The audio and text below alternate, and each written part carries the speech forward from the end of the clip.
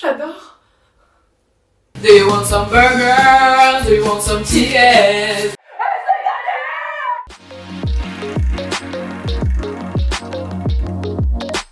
Bonjour à tous, bienvenue sur Canal Plus Sport, la toute nouvelle chaîne à binge-watcher depuis votre canapé. Ici on va parler de sport bien sûr, mais aussi de sujets de société. Et si on fait correctement notre boulot, vous aurez 2-3 anecdotes à raconter autres que la séparation Shakira-Piqué. C'est parti!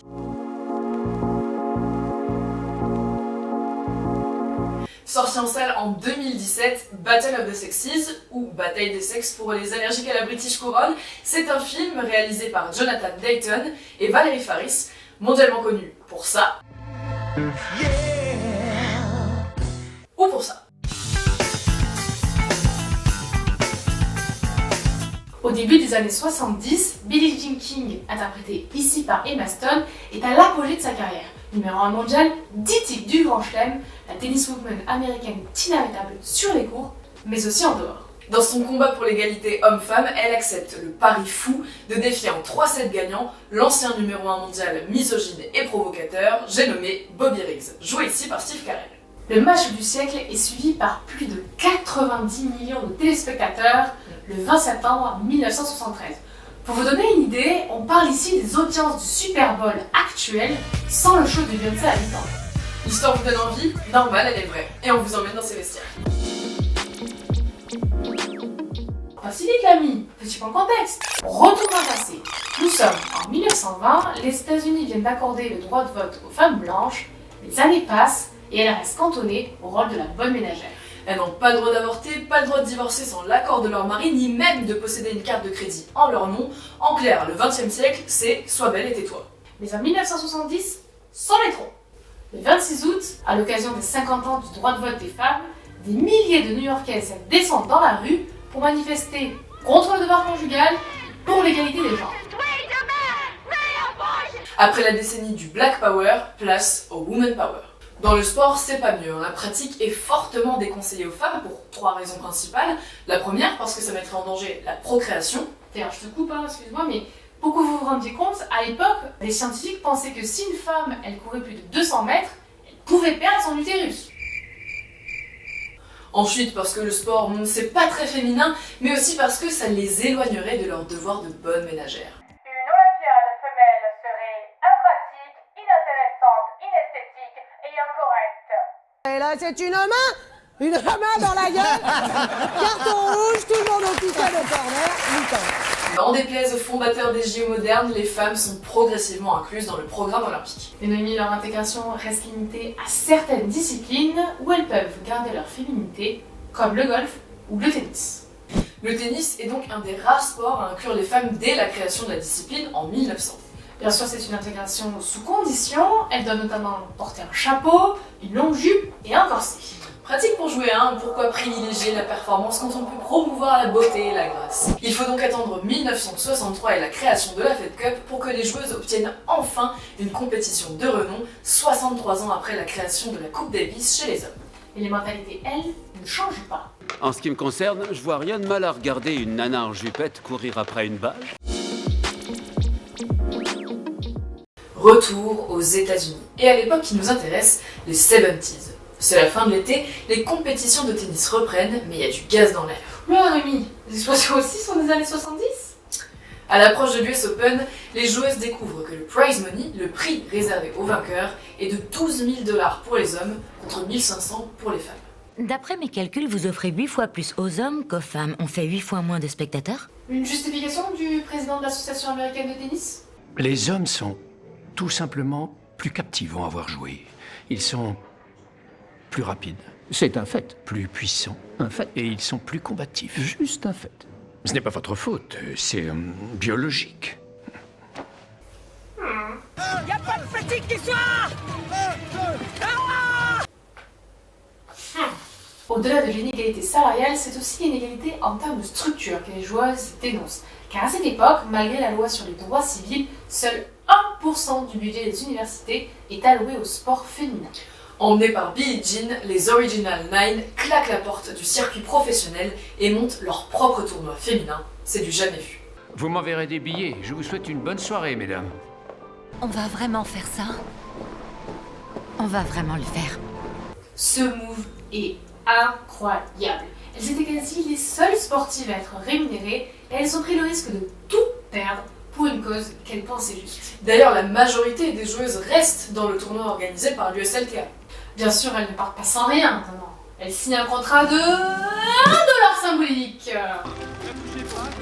Oui, c'est $1 les filles.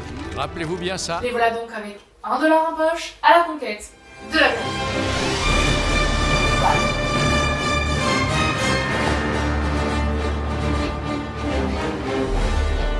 Leur maman, Gladys Hellman, est une ancienne joueuse de tennis. Reconvertie en éditrice de presse, elle connaît très bien les rouages pour s'adresser aux médias. Son premier défi, c'est de trouver un sponsor pour ses Original 9, ce qu'elle fait très vite. Chargez-vous du tennis, je me charge de fumer. Philip Morris devient donc le sponsor officiel du premier circuit professionnel féminin, aussitôt rebaptisé Virginia Slims Circuit. Pour le reste, c'est aux joueuses de tout faire. La pub, l'installation des terrains et la vente des billets. Do you want some burgers? Do you want some tickets? Do you want some burgers? Do you want some tickets? Et pendant ce temps-là, Vous avez envie de quoi? De quoi j'ai envie? Bah oui, vos cheveux, on leur fait quoi?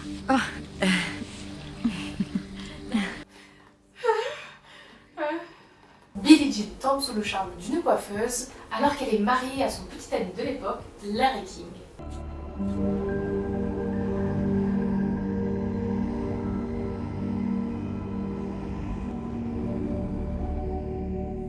Et voilà. J'adore. Les deux amantes ne se quittent plus, mais Billie Jean n'assume pas tout à fait cette liaison et la cache auprès de ses partenaires de tous les jours. bon là c'est la partie un peu romancée du film. Dans les faits, BGK a dû publiquement dévoiler son homosexualité sur CNN parce que Marilyn l'avait menacé de tout dévoiler. Parenthèse refermée. Pendant 3 ans, les Original 9 vont sillonner le pays pour faire connaître leur circuit, et ça marche. 1 an seulement après la création du Virginia Slims, BGK réussit l'exploit de dépasser les $100 000 de gains en une saison. Bon, la fédé américaine, elle, n'a pas changé d'avis et paye toujours inéquitablement ses joueuses. BGK menace donc de boycotter l'US Open 1973. La fédé sait qu'elle ne peut pas se passer de sa joueuse la plus talentueuse et se plie aux conditions de Billie Jean. L'US Open devient donc le premier tournoi majeur de tennis à offrir la même récompense aux hommes et aux femmes. On retrouve notre fameux Bobby Riggs qui, comme tout le monde, a suivi tout ça de très près, mais ne voit pas d'un très bon œil ce mouvement féministe se développer sur les cours. Lui vient alors une idée aussi folle qu'inattendue, affronter la meilleure joueuse du tournoi pour prouver la suprématie de l'homme sur la femme. Il propose donc à BGK de l'affronter. Que dites-vous de ça? L'homme contre la femme. Le porphalocrate machiste contre la féministe aux jambes poilues. Un sacré coup de poker pour ce parieur compulsif qui mise tout sur ce match inédit pour relancer sa carrière, lui qui n'a plus tenu une seule raquette depuis plus de 10 ans. Mais de son côté, BGK refuse. Non, vraiment pas. Je suis pas intéressée, Bobby. Bonne nuit. Ne raccrochez pas. Ne Ah, raccrochez pas. et pour votre gouverne, je me rase les jambes. Pour elle, gagner contre un retraité n'apporterait rien à sa carrière, mais perdre contre le roi des machos pourrait mettre en péril son combat pour l'égalité. Bobby Riggs abdique. Fin de vidéo, merci à tous d'avoir suivi. Ciao! Ça serait bien trop facile! En mai 1973, Margaret Court bat sa rivale de toujours et devient numéro 1 mondial. Cible toute trouvée pour le phallocrate américain qui propose un match d'exhibition à l'Australienne avec un gros chèque à la clé. Les autres filles ont des enfants? Non, y a que moi. Vous êtes la seule? Waouh, ça doit pas être facile pour elle. Pas facile pour ta maman. Je crois que 35 000 $, ça en paierait de la nounou. Margaret Court, Billie Jean King, tous les opposent. L'une est jeune maman, l'autre a avorté pour se consacrer à sa pratique. La première ne fait pas de vagues, quand l'autre est montée au créneau contre sa propre fédération. Bref, on a ici deux joueuses très différentes. BGK a d'ailleurs tenté de dissuader l'Australienne. Cautionner le cirque Bobby Riggs, tu rigoles? Il veut se faire mousser et ridiculiser les femmes. C'est pas un match, c'est un show. Malgré ces avertissements, Margaret se présente le 13 mai 1973, jour de la fête des mères, à Ramona en Californie pour affronter Riggs en 2 sets gagnants. Dans les tribunes, 3500 spectateurs. Sur CBS, 10 millions de personnes suivent le match en direct. Sur le papier, L'Australienne que l'on surnomme le bras n'est censée faire qu'une bouchée de Bobby Riggs. À 31 ans, elle a déjà remporté 22 couronnes majeures en simple. Mais l'événement médiatique tourne au désastre. Garrett va se décider à vraiment rentrer dans la balle et à suivre son service au filet. Elle n'a aucune chance de gagner en jouant en fond de court. On dirait bien que... D'ordinaire si efficace au service, l'Australienne ne passe que la moitié de ses premières balles. Statique en fond de court, elle semble paralysée par l'enjeu et tombe très vite dans le faux rythme imposé par Riggs. Sur les 3 premiers jeux, Riggs ne concède que 4 petits points et l'emporte rapidement 6-2, 6-1. L'ancien champion jubile, il est exactement là où il voulait être, au centre de l'attention. Incroyable. Un triomphe relativement facile contre la maternité et la libération de la femme. Je vais tripler la mise. 100 000 $ à la femme qui battra Bobby Riggs. La question que je me pose, c'est est-ce qu'elle existe? Et si elle existe, en aura-t-elle le cran? À des centaines de kilomètres de là, BJK assiste impuissante à ce que la presse surnomme déjà le massacre de la fête des mères. L'américaine le sait, elle n'a plus le choix et doit affronter Bobby Riggs. Mais avant ça, la sororité des tenniswomen gagne une nouvelle bataille. À une semaine de Wimbledon, une 60aine de joueuses se réunissent secrètement à Londres. Les discussions sont tendues, mais elles parviennent à se mettre d'accord et à réaliser que c'est le moment ou jamais de s'unir et de mettre fin aux 2 tournois qui se concurrencent. Le Virginia Slim laisse place à la WTA telle qu'on la connaît aujourd'hui, et BJK devient naturellement sa première présidente. Dans les journaux télé, on ne parle plus que de ça.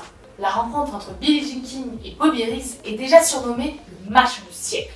Rendez-vous bien compte, le match sera diffusé en prime time, heure de grande écoute sur ABC Sports, avec à la clé un chèque de 100 000 $. Cette fois, la partie se jouera en 3 sets gagnants. Bobby Riggs pense que la championne, habituée aux 2 sets gagnants comme c'est la norme chez les femmes, ne tiendra pas la distance. La date est fixée à la mi-septembre. Là, comme ça. D'accord, génial. C'est l'heure de la traditionnelle conférence de presse d'avant-match. Et celle-ci, croyez-moi, elle restera dans les annales. Provocation sur provocation, Riggs n'en rate pas une. Comprenez-moi bien, j'aime les femmes. Dans la chambre à coucher et dans la cuisine. Billie Jean, elle aussi, rentre dans le jeu. Continuez, Bobby. Plus vous nous débinez, plus la défaite sera douloureuse. Mais je suis la numéro 1 mondiale. Pourquoi je perdrais contre vous? Parce que les dinosaures savent pas jouer.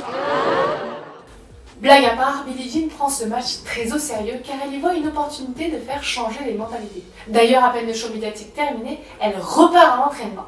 Pendant 4 mois, elle s'entraîne très dur, quand Bobby Riggs, lui, croit plus au pouvoir magique des pilules qu'aux entraînements. Papa. Salut, fiston. On ne devait pas s'entraîner? Oh là, fiston, non mais calme-toi, tu vois bien que je m'entraîne, regarde-moi ça.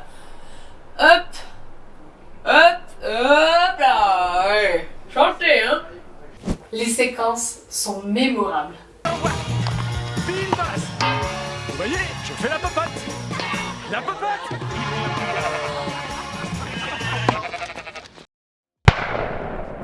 C'est le D-Day! Et pour la première fois de l'histoire, plus de 90 millions de téléspectateurs vont voir s'affronter un homme et une femme sur un court de tennis. À l'Astrodome de Houston, 30 000 personnes font monter la température. Ils parient à tout va. Riggs aussi parie sur sa propre victoire. Il mise 15 000 $. Le mec n'a pas froid aux yeux. Il y en a qui portent fièrement des t-shirts I am a male chauvinist. Et d'autres brandissent des pancartes Billie Jean pour présidente. C'est l'heure de faire rentrer les stars sur le court. Cléopâtre contre Sugar Daddy, 29 ans contre 55 ans, 10 titres du Grand Chelem contre 3 majeurs d'avant-guerre, une sucette géante contre un porcinet. La bataille des sexes peut commencer. Oh, BJK entre tout de suite dans le match, regardez. Ah oui, elle fait exactement ce qu'aurait dû faire Margaret Court 4 mois plus tôt, balader le quinquagénaire. Oh là là, oui, Riggs prend totalement le bouillon là, il a du mal à respirer carrément. C'est peut-être à cause de sa lourde veste, dont je vois d'ailleurs que son coach lui demande de l'enlever. Oh mais Riggs refuse. Vous savez, il se murmure qu'il aurait signé un contrat de 50 000 $, rien que pour la porter. Quel fou. Ah, je crois que Riggs a finalement décidé d'enlever sa veste jaune. Ça a l'air d'aller de suite beaucoup mieux. Ah oui, Riggs vient tout juste de recoller au score. 4 partout maintenant dans ce match. Oh non, c'est l'erreur. Oh là là, double faute pour Riggs. Ah, il avait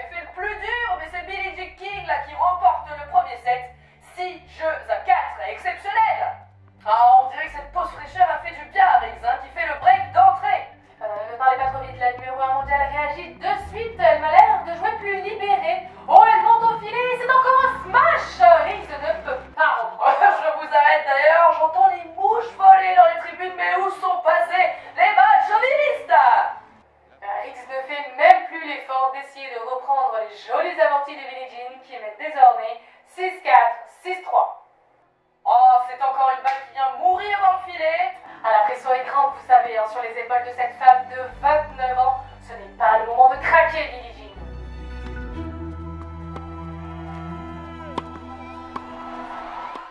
Ok, change. Oh, on dirait qu'elle vous a entendu, Mélanie. Oui, attendez, ne vous emballez pas. Risa encore au service d'avance, mais ça va être très dur. Regardez comme il a du mal à reprendre son souffle. Ah, ne serait-il pas en train de se faire avoir à son propre jeu, hein. Il m'a l'air un peu juste pour jouer 5-7. En tout cas, on va vite le savoir. Première balle de match pour BGK. Oh, et c'est raté, Bobby Riggs se maintient en vie. Allez, deuxième chance pour Billie Jean. Là, faut pas la rater, celle-là. Hein.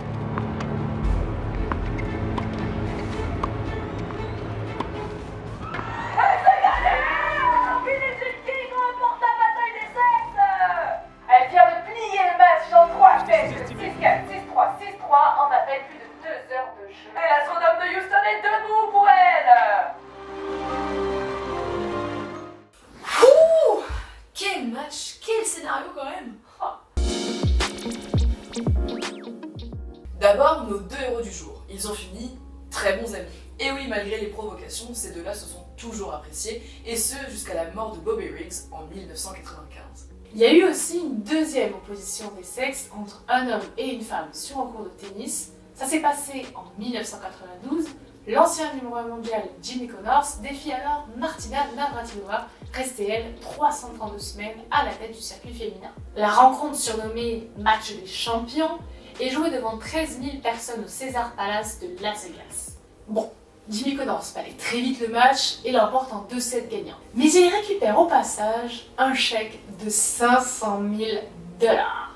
Par contre, le match n'a pas le même impact et cette opposition des sexes sera la dernière du genre. Côté prize money, c'est pactole. En 2007, les 3 autres grands tournois, l'Open d'Australie, Roland Garros et Wimbledon, s'alignent enfin sur l'US Open et accordent la même récompense aux hommes et aux femmes. Et puisqu'on parle d'argent, souvenez-vous, en 1971, les joueuses se partageaient près de 300 000 $ de dotation en un an. En 2010, c'est 86 millions. D'ailleurs, le tennis est aujourd'hui le sport le plus rémunérateur et le plus médiatisé envers les femmes. En 2022, Naomi Osaka et Serena Williams sont les 2 seules femmes à apparaître dans le classement des 50 sportifs les mieux payés au monde. BGK a bien sûr poursuivi sa carrière. Au total, elle gagne 12 titres du Grand Chelem en simple et un record inégalé à ce jour à Wimbledon avec 20 titres en simple, double et double mixte. La consécration arrive en 2020 avec la Fed Cup qui prend son nom.